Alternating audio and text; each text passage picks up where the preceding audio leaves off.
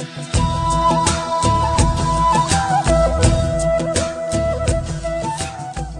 Guys, welcome back to മറ്റൊരു video. ഇന്ന് നമ്മളോടത്തിലുള്ളത് ഒരു E350 V6 ആണ്. അപ്പം ഇതിനെന്തൊക്കെയാണ് ഇതിൻ്റെ ഡീറ്റെയിൽസ്, ഇതിനകത്ത് എന്തൊക്കെ പെർഫോമൻസ് ട്യൂണിങ് ചെയ്തിട്ടുണ്ട്, അപ്പം ഈ വീഡിയോയ്ക്കകത്ത് ത്രൂ ഔട്ട് നമ്മൾ ഇതിനെക്കുറിച്ചായിരിക്കും ചർച്ച ചെയ്യുന്നത്. So welcome back.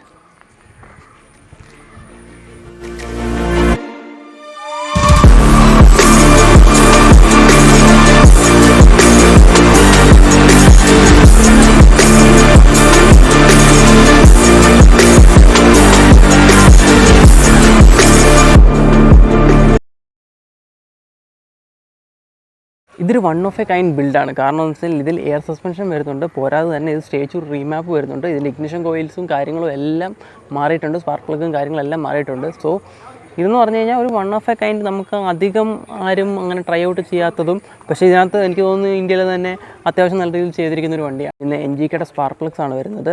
അത് പോരാതെ തന്നെ കസ്റ്റം ആയിട്ടുള്ള എയർ വണ്ണിൻ്റെ ഫുൾ സിസ്റ്റം എക്സോസ്റ്റ് ആണ് വണ്ടിക്ക് അത് വരുന്നത്. ഇതിൽ വരുന്നത് ബോണറ്റാണ്. അപ്പോൾ ഈ ബോണർ മോട്ടറിന് പ്രത്യേകത എന്താണെന്ന് പറഞ്ഞു കഴിഞ്ഞാൽ ഒരു മസ്കുലാർ ഷേപ്പ്, ഇവിടുന്ന് ലൈൻസ് കാണുന്നില്ല, അപ്പം ആ ഒരു മസ്കുലാർ ഷേപ്പ് നമുക്ക് കിട്ടുന്നതാണ്. ഇതിൽ വരുന്നത് 20 ഇഞ്ച് വീൽസാണ്. പിന്നെ റെസ്മയുടെ പെർഫോമൻസ് പാഡ്സ് വരുന്നുണ്ട്. Hi Naseem bro, welcome. നമ്മുടെ കാറിൻ്റെ ഓണറാണ് ബ്രോ. അപ്പം എങ്ങനെയാണ് നമ്മുടെ ഈ വാഹനത്തിലേക്ക് എത്തിയത്? അതൊരു ലോങ് സ്റ്റോറിയാണ്. ആക്ച്വലി 5 സീരീസ് എടുക്കാനായിരുന്നു പ്ലാൻ. പിന്നെ ഡ്രോപ്പ് ചെയ്യാൻ കാരണം എന്ന് വെച്ച് കഴിഞ്ഞാൽ മെയിൻ്റനൻസ് ഒരു പ്രശ്നം. പിന്നെ എനിക്ക് ഈ ഷേപ്പ് ഭയങ്കര ഇഷ്ടമാണ് ഈ വണ്ടി. ഓക്കെ.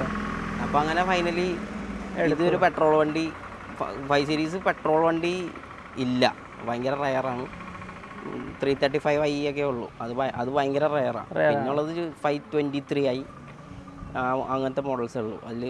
അതെനിക്ക് താല്പര്യമില്ലായിരുന്നു. പിന്നെ 530 നല്ലൊരു ഓപ്ഷൻ, പക്ഷേ ഡീസലാണ്. എനിക്ക് എക്സോസ്റ്റ് ഒരു പ്രാധാന്യം കൊടുക്കുന്നുണ്ട്, പെട്രോൾ ഇതുള്ളതുകൊണ്ട് ഞാൻ ഇത് V6 350 ചൂസ് ചെയ്ത്. അപ്പോൾ ഇതിന് മുന്നേ ഓടിച്ച വാഹനങ്ങൾ, അപ്പോൾ അതൊക്കെ എങ്ങനെയായിരുന്നു? ഇതിന് ഈ കാറിലേക്കുള്ള പാഷനൊക്കെ എങ്ങനെയാണ് വന്നത്? കൊച്ചിലെ ചെറുതിലെ നമ്മൾ ടോയ്സിൽ നിന്ന് തുടങ്ങുമെന്ന് പറയുന്ന പോലെ അതിൽ നിന്ന് തുടങ്ങിയിട്ടുള്ള, പിന്നെ സ്കൂളിൽ തൊട്ട് ഭയങ്കര ക്രൈസാണ്. ചെറുതായിട്ട് എന്തെങ്കിലുമൊക്കെ പൈസ കിട്ടുന്നതൊക്കെ കൂട്ടി വെച്ചിട്ട് നമ്മൾ വണ്ടിയിൽ എന്തെങ്കിലുമൊക്കെ വാങ്ങി വയ്ക്കും. കുഞ്ഞിലേ തുടങ്ങിയതാണ്, ചെറിയ ക്ലാസ്സിൽ പഠിക്കുമ്പോൾ തൊട്ട് തുടങ്ങിയിട്ടുണ്ടായിരുന്നു. അപ്പം ഇതിന് മുന്നേ യൂസ് ചെയ്ത വാഹനങ്ങൾ ഏതൊക്കെയായിരുന്നു? മുന്നേ ഞാൻ യൂസ് ചെയ്തേക്കണത് എനിക്ക് ലാൻസർ ഉണ്ടായിരുന്നു, ഒക്ടാവിയ ഉണ്ടായിരുന്നു, അതെല്ലാം മോഡലാണ്. പിന്നെ വെർണ ഉണ്ടായിരുന്നു, അതാണ് ഫസ്റ്റ് എയർ സസ്പെൻഷൻ ചെയ്ത വണ്ടി ഇന്ത്യയിൽ. ഫസ്റ്റ് ചെയ്ത വണ്ടി. അതിലേക്കൊക്കെ എങ്ങനെയാണ് കടക്കുന്നത്? വെർണ നമ്മൾ ആക്ച്വലി ഞാൻ വണ്ടി എടുത്തു, പിന്നെ അത് മോഡ് ചെയ്തു, സ്കേർട്സ്, ബോഡി കിറ്റ്സ്, വീലൊക്കെ ചെയ്തു. ഫുൾ വർക്ക് ചെയ്തതിന് ശേഷം നമ്മൾ സ്പ്രിങ് ആണ് ഇട്ടിരുന്നത്. അപ്പോൾ സ്പ്രിങ് ഇട്ടപ്പോൾ നമുക്ക് യൂസ് ചെയ്യാനായിട്ട് ഭയങ്കര പാടാണ്. റോഡ് കണ്ടീഷൻസും ഇതൊക്കെ കൊണ്ട് നമുക്ക് ട്രാവൽ ചെയ്യാൻ ഭയങ്കര ബുദ്ധിമുട്ടായിരുന്നു. വണ്ടി എവിടെയും കൊണ്ടുപോകാൻ പറ്റാത്തൊരു സിറ്റുവേഷൻ വന്നപ്പോഴാണ് എയർ സസ്പെൻഷൻ പുറത്ത് എബ്രോഡ് അവൈലബിൾ ആണ് ആ സമയത്ത്. അപ്പോൾ അത് വാങ്ങി വെക്കാനായിട്ട് ഈ വെർണയ്ക്ക് വേണ്ടിയിട്ട് എയർ സസ്പെൻഷൻ ഇല്ല. അപ്പോൾ എന്തുകൊണ്ട് സ്വന്തമായിട്ട് ചെയ്തുകൂടാന്നുള്ളൊരു കോൺസെപ്റ്റിലാണ് ഇതിലേക്ക് വരുന്നത്. ഫസ്റ്റ് ആ വണ്ടിയിലാണ് ചെയ്തത്. ഓക്കെ. അത് കഴിഞ്ഞ് ഇഷ്ടം പോലെ അത് സക്സസ്ഫുൾ ആയതിന് ശേഷമാണ് പിന്നെ ബാക്കിയുള്ള വണ്ടികളൊക്കെ ചെയ്തു തുടങ്ങിയത്. ബ്രോ, അപ്പം എടുക്കുന്ന സമയത്ത് കംപ്ലീറ്റ്ലി സ്റ്റോക്ക് ആയിരുന്നോ? എടുക്കുന്ന സമയത്ത് വണ്ടി ഫുൾ സ്റ്റോക്കാണ്. ഓക്കെ. അപ്പോൾ ഇതിൻ്റെ പുറകിലുള്ള സ്റ്റോറി എങ്ങനെയാണ്? ഇതെങ്ങനെ എത്തി കയ്യിൽ?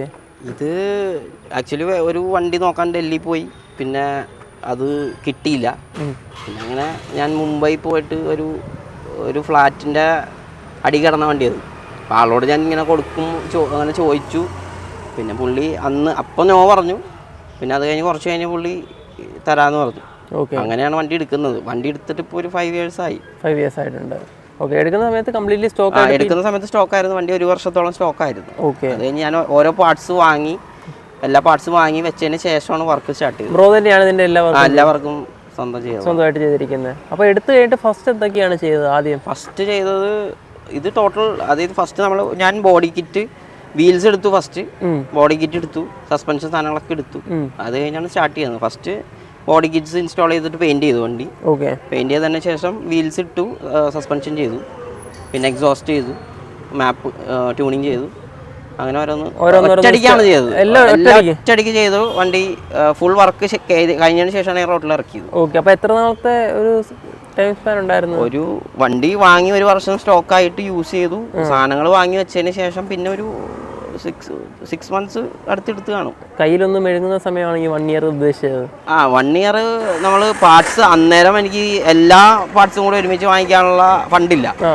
നമ്മൾ ഓരോ പാർട്സ് വരുന്നതനുസരിച്ചിട്ട് ഓരോ വാങ്ങി എല്ലാം വെച്ചു. ഒറ്റയടിക്ക് ചെയ്തു. ഓക്കെ.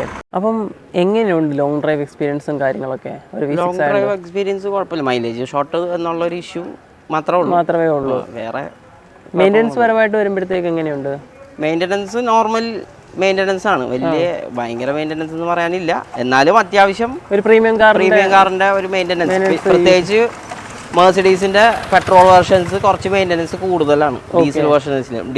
ഡീസൽ വരുമ്പോൾ എന്ന് പറഞ്ഞാൽ നമുക്ക് ഭയങ്കര മെയിൻ്റെനൻസ് ഫ്രീ ആണ് പെട്രോൾ വെച്ചിട്ട് നോക്കുമ്പോൾ. ഡീസൽസിന് അധികം കംപ്ലൈൻറ്റ്സ് വരാറില്ല. ഇതിൻ്റെ മെയിൻ ഇഷ്യൂസ് എന്ന് പറഞ്ഞാൽ ഇലക്ട്രോണിക്സും പിന്നെ ഇ സി യു നമ്മൾ ഈ ബാറ്ററി ഡിസ്കണക്ട് ചെയ്തിട്ട് ചാർജ് ചെയ്യുക അങ്ങനെയുള്ള സംഭവങ്ങൾ ചെയ്ത് കഴിഞ്ഞാൽ ഇ സി യു പെട്ടെന്ന് പോകുന്നത്. അതാണ് മെയിൻ കംപ്ലൈൻറ്റ്. പിന്നെ വേറെ നോർമലി മേജർ ഇഷ്യൂസ് ഒന്നുമില്ല. ഡീസൽ പോലെ തന്നെ ഒരു റിലയബിൾ എഞ്ചിനും ആണിത്. 272 എന്ന് പറഞ്ഞ എഞ്ചിനാണിത്. 272 ഭയങ്കര റിലയബിൾ ആയിട്ടുള്ള ഒരു എഞ്ചിൻ തന്നെയാണ്. ഓക്കെ. അപ്പോൾ ഫ്രണ്ടിൽ നിന്ന് വരുമ്പോൾ ഹെഡ്ലൈറ്റ്സ് കാര്യങ്ങളെല്ലാം മാറ്റിയിട്ടുണ്ട്. ഹെഡ്ലൈറ്റ്സ് ഈ ക്ലാസ് തന്നെ. നമ്മൾ കിറ്റ് നമ്മൾ AMG കിറ്റ് ചെയ്തിട്ടുണ്ട്. AMG ബോണറ്റ് ഇത് നോർമൽ AMGയുടെ ബോണറ്റ് ഇങ്ങനെയല്ല, നോർമൽ അല്ല, ഇത് ബോണറ്റ് എന്ന് പറയും. ബോണറ്റ്. അപ്പോൾ അതിന്റെ പ്രത്യേകതകൾ എന്താണ്? അതിന് ഈ 2 ബോണർ ലൈൻസ് വരും. ഒരു മസിൽ ഷേപ്പ് ഉണ്ടാവും. ഓക്കെ. നോർമൽ ബോണറ്റിന് അത് ഉണ്ടാവില്ല. ഓക്കെ. പിന്നെ ഫെൻഡർ ചേഞ്ച് ചെയ്തിട്ടുണ്ട്. Fender AMG white ഫെൻഡറാണ്.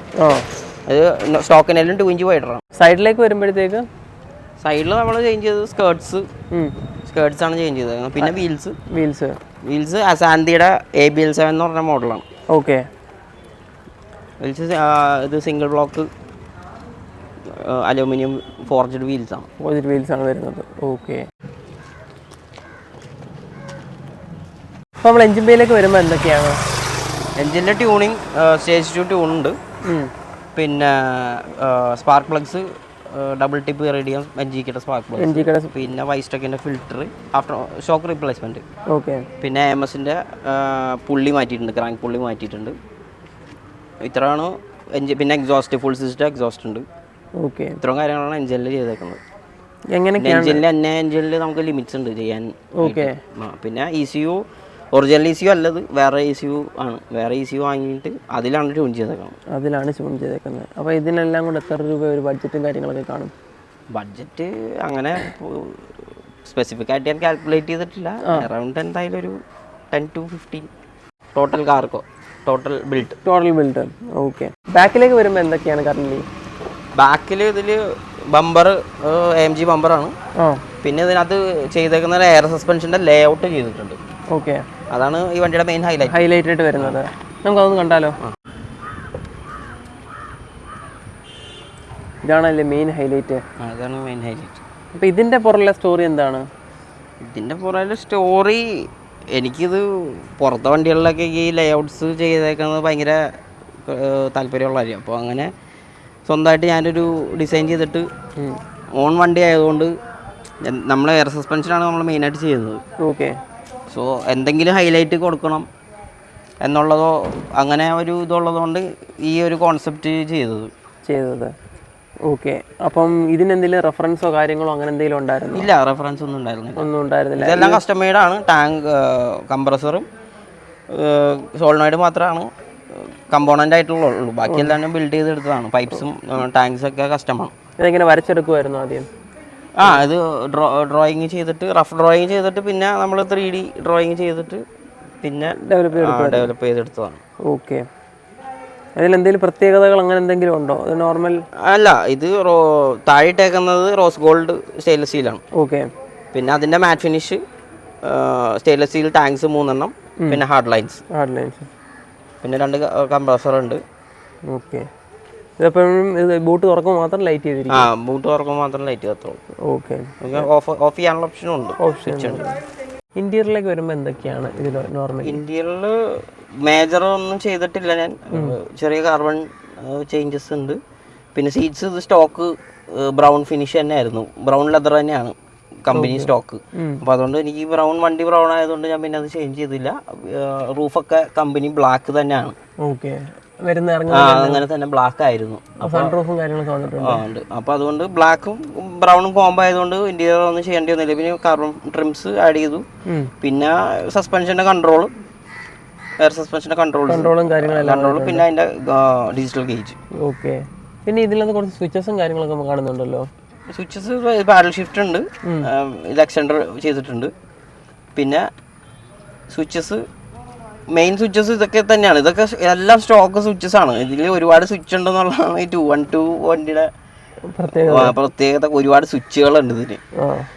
നേസിയുടെ കൺട്രോൾസ് അങ്ങനെയുള്ള, ഇത് മ്യൂസിക് സിസ്റ്റത്തിന്റെ കൺട്രോളാണ് ഇത്രയും സ്വിച്ചുകളും.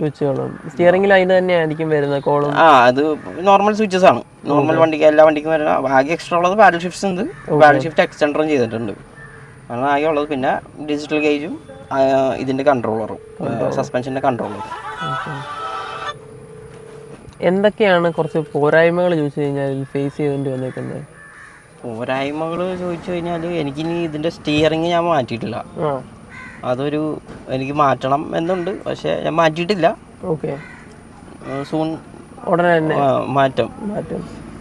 വേറെ ബാക്കിയെല്ലാം ചെയ്തിട്ടുണ്ട്. ഓക്കെ, ഒന്നും എനിക്ക് ചെയ്യാനില്ല. അപ്പം ഈ വണ്ടി എടുത്തപ്പോൾ പ്രതീക്ഷിച്ചിട്ടുണ്ടായിരുന്നു ഇത്രയും നമ്മൾ ചെയ്യുമെന്നോ? ഞാനിത് ഇങ്ങനെ ചെയ്യാൻ വേണ്ടിയിട്ടാണ് വണ്ടി പർച്ചേസ് ചെയ്തത്. ഓക്കെ, അപ്പം ബ്രോ ഒരു ഹാപ്പി കസ്റ്റമർ തന്നെയാണ്. അതെ. എങ്ങനെയുണ്ട് ബ്രോ ഈ വണ്ടി കിട്ടിക്കഴിഞ്ഞിട്ട്? എങ്ങനെയാ, പ്രാക്ടിക്കലി പോസിബിൾ ആണോ? ഇത് പ്രാക്ടിക്കലി പോസിബിൾ അങ്ങനത്തെ ഒരു സ്പെക്കിലാണ് ബിൽഡ് ചെയ്തേക്കുന്നത്. എല്ലാ ദിവസവും നമുക്ക് ഓടിക്കാം, എല്ലാം ക്ലിയർ ചെയ്യാവുന്ന ഒരു സെറ്റപ്പിലാണ്. ബ്രോ ഇപ്പം ഒരു E350 ഉള്ള ആൾക്ക് ബ്രോ എന്തൊക്കെ സജഷൻസ് ആയിരിക്കും? എവിടുന്ന് ബിൽഡ് ചെയ്ത് തുടങ്ങണം? എന്തൊക്കെയായിരിക്കും ബ്രോയുടെ എക്സ്പീരിയൻസ് ചെയ്ത് പറഞ്ഞു കൊടുക്കാൻ പറ്റുന്നത്? ഓരോരുത്തർക്കും ഓരോ കോൺസെപ്റ്റാണ്. പെർഫോമൻസ് ആണെങ്കിൽ നമ്മൾ ഫസ്റ്റ് പെർഫോമൻസിൽ കോൺസെൻട്രേറ്റ് ചെയ്യുക. ഔട്ട്ലുക്ക് ആണെങ്കിൽ നമ്മൾ ആദ്യം എക്സ്റ്റീരിയർ, ദെൻ പെർഫോമൻസ് ഇത് സ്റ്റോക്കാണെങ്കിലും അത്യാവശ്യം പവർ ഉണ്ട്. പിന്നെ എക്സോസ്റ്റും ഒരു നോർമൽ ഒരു മാപ്പും ചെയ്ത് കഴിഞ്ഞാൽ വണ്ടി ഓക്കെയാണ്. സ്റ്റോക്കിൽ എപ്പം 200 എത്രയായിരുന്നു പ്രൊഡ്യൂസ് ചെയ്യുന്നത്? 298 പ്രൊഡ്യൂസ്. ഓക്കെ, എങ്ങനെയുണ്ട് ആഫ്റ്റർ മാർക്കറ്റ് സപ്പോർട്ടും കാര്യങ്ങളൊക്കെ? ആഫ്റ്റർ മാർക്കറ്റ് സപ്പോർട്ട് ഇതിൻ്റെ പാർട്സ് അവൈലബിലിറ്റീസ് കുറവാണ്, പൊതുവെ കുറവാണ്. പിന്നെ നമ്മൾ പുറത്തുനിന്ന് സോഴ്സ് ചെയ്യാം. ഇന്ത്യയിലൊന്നും അവൈലബിൾ അല്ല. ഓക്കെ, പുറത്തുനിന്ന് സോഴ്സ് ചെയ്യണം. എന്തെങ്കിലും ട്രാക്ക് എക്സ്പീരിയൻസോ അങ്ങനെ എന്തെങ്കിലും? ഇല്ല, ട്രാക്ക് എക്സ്പീരിയൻസ് കൂടുതൽ ഞാൻ വണ്ടി ഒരുപാട് സൂക്ഷിക്കും. അപ്പം അതുകൊണ്ട് ട്രാക്കിലൊന്നും ഞാൻ കൊണ്ടുപോയിട്ടില്ല. ഇത് ട്രാക്ക് സ്പെക്ക് അല്ല, ഇത് ആക്ച്വലി ഇതൊരു ഡെയിലി ഡ്രൈവൺ ഒരു അങ്ങനത്തെ ഒരു സ്പെക്കാണ്. അപ്പോൾ പ്രാക്ടിക്കലി പോസിബിൾ ആണ് ഇങ്ങനെ ഒരു കാർ ബിൽഡ് ചെയ്ത് കഴിഞ്ഞാൽ നമുക്ക്. ഡെയിലി മൈലേജ് ഷോർട്ടുള്ള ഒരു ഇഷ്യൂ ഉണ്ട്. അത് നോർമൽ വണ്ടി ആണെങ്കിൽ ഒരു 5 to 7 ഒക്കെ ഉള്ളൂ. പിന്നെ ഇതിപ്പോൾ ഇത്ര ചെയ്ത ഒരു 3.5, 4, 5 വരെയൊക്കെ മാക്സിമം കിട്ടത്തുള്ളൂ. അതൊരു ഇഷ്യൂ ആണ്. അതൊരു ഇഷ്യൂ അല്ലാത്ത ആളാണെങ്കിൽ ഇറ്റ്സ് ഓക്കെ, ഒരു കുഴപ്പമില്ല. എന്താണ് ഈ കാറിന്റെ ഫ്യൂച്ചർ അപ്ഡേറ്റ്സ്? ഇനി ഇതിൽ അപ്ഡേറ്റ്സ് ഒന്നും, സ്റ്റിയറിംഗ് വീൽസ് മാത്രം ചേഞ്ച് ചെയ്യാൻ ഞാൻ പ്ലാൻ ചെയ്യുന്നുള്ളൂ. ഓക്കെ, പിന്നെ നെക്സ്റ്റ് വണ്ടി ഏതെങ്കിലും ഒരു കുറച്ചും കൂടി ഡ്രൈവേഴ്സ് ഓറിയൻറ്റഡ് ആയിട്ടുള്ള ഒരു ഐഡിയ ഉണ്ട്. അതിപ്പോൾ റിവീൽ ചെയ്യാൻ പറ്റില്ല. സോ നെക്സ്റ്റ് ഇനി വേറെ വണ്ടി. ഓക്കെ, ഇത് അപ്പോൾ ഇങ്ങനെ തന്നെ നിലനിർത്താനാണ്? ഇതിങ്ങനെ തന്നെ നിലനിർത്താനാണ് പ്ലാൻ. ചിലപ്പോൾ ഞാൻ വീൽസ് കുറച്ച് കഴിഞ്ഞ് ചിലപ്പോൾ ഞാൻ മാറ്റും, ചേഞ്ച് ചെയ്യും. അതല്ലാതെ ഉള്ള വേറെ ഒന്നും ചെയ്യാനില്ല. ഇതിന് അപ്ഡേറ്റ് ചെയ്യാനായിട്ടുള്ളതൊന്നും ഇല്ല. എല്ലാം ചെയ്തു. അപ്പൊ അതുകൊണ്ട് ഇനി സ്റ്റിയറിംഗ് വീൽസും മാത്രമേ ഉള്ളൂ. ഓക്കെ, സർവീസ് ടൈമും കാര്യങ്ങളും എല്ലാം എങ്ങനെയാണ് സർവീസ് ടൈം ഇയർലി അല്ലെങ്കിൽ കിലോമീറ്റർ. ഇതിപ്പോൾ അത്യാവശ്യം ഞാൻ എടുത്തതിന് ശേഷം ഓടിച്ചു. അപ്പോൾ വണ്ടി ബിൽഡ് ചെയ്തതിന് ശേഷം 2 സർവീസ് കഴിഞ്ഞു. 2 സർവീസ് കഴിഞ്ഞു. ലോങ് പോകുമ്പോഴുള്ള എക്സ്പീരിയൻസും കാര്യങ്ങളും?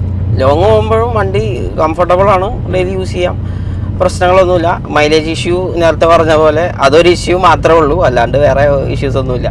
നോർമൽ വണ്ടി ഇത് സസ്പെൻഷൻ ഫുൾ പൊക്കി കഴിഞ്ഞാൽ നോർമൽ യൂസ് ചെയ്യണ പോലെ തന്നെ യൂസ് ചെയ്യാം. അത്യാവശ്യം നല്ല കംഫർട്ടുണ്ട്. കംഫർട്ട് നമുക്ക് കുറവൊന്നുമില്ല. സ്റ്റോക്ക് വണ്ടിയുടെ കംഫർട്ടുണ്ട്. അതുകൊണ്ട് നമുക്ക് യൂസ് ചെയ്യാനായിട്ട് വേറെ ബുദ്ധിമുട്ടുകളൊന്നുമില്ല. അപ്പോൾ ആ കാര്യത്തിലും ബ്രോ ഹാപ്പിയാണ്?